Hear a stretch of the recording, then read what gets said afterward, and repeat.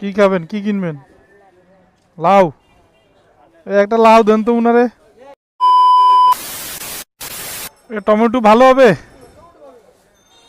দেখে তো প্লাস্টিক মনে হচ্ছে। 1 কেজি টমেটো দেন। কত করে? 140 কেন? আলু দেন 2 কেজি। আলু কত করে? আলু 20 টাকা করে বেচতেছে টলিতে। কি খাবেন, কি কিনবেন? লাউ। একটা লাউ দেন তো উনারে।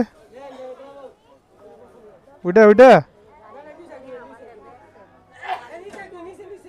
নিচে। লাউ না কি বলেন? জালি জালি।